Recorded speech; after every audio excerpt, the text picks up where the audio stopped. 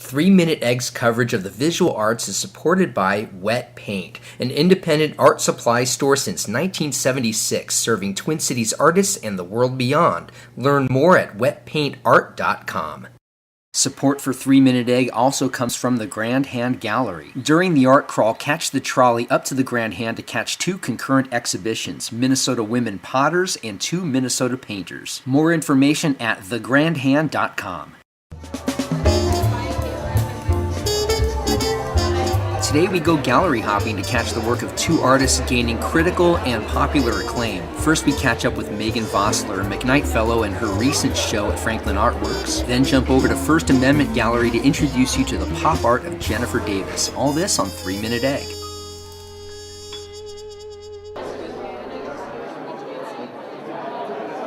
My initial idea was to work with a continuous landscape because I'm really interested in Chinese landscape painting and any kind of like really expansive view, but that has lots of moments of little detail within it. So I knew I wanted to do something with big paper and something with continuity within the space.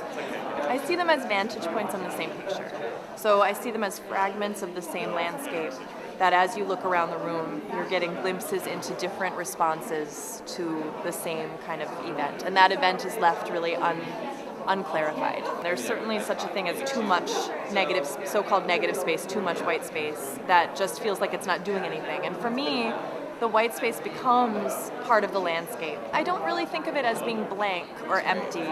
I think of it as having a presence that serves as both a background and like a unifying element to everything, but also brings a sort of quietness to the work and creates an atmosphere that these other moments can sit within.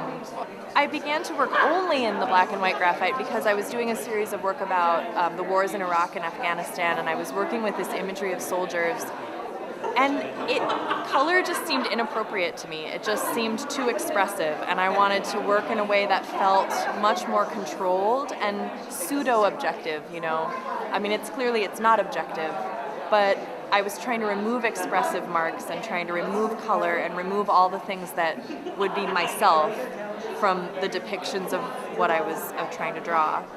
You worry about paying my card, no. But once the smoke clears, you right back where you was. But it's still cool just to dream, man, because I actually started out doing collages, found images from magazines and stuff. I was doing a lot of collage work, like right after college, and then slowly just less and less collage in each painting and more drawing. I still actually work a lot from found images because even from those old days when I was working with collage, I have like piles and piles of things I've torn out of magazines and stuff. When I started drawing things myself, instead of just using the actual found image, it's like a way to bring my own voice out a little bit more. I'm really into animals. I'm an animal freak, and then I use a lot of animals to represent people. So I'm most interested in human emotion and human interaction, and I guess it's easy to project human qualities on them without, I don't know how to say it, without having like a certain type. I mean, it's easy to just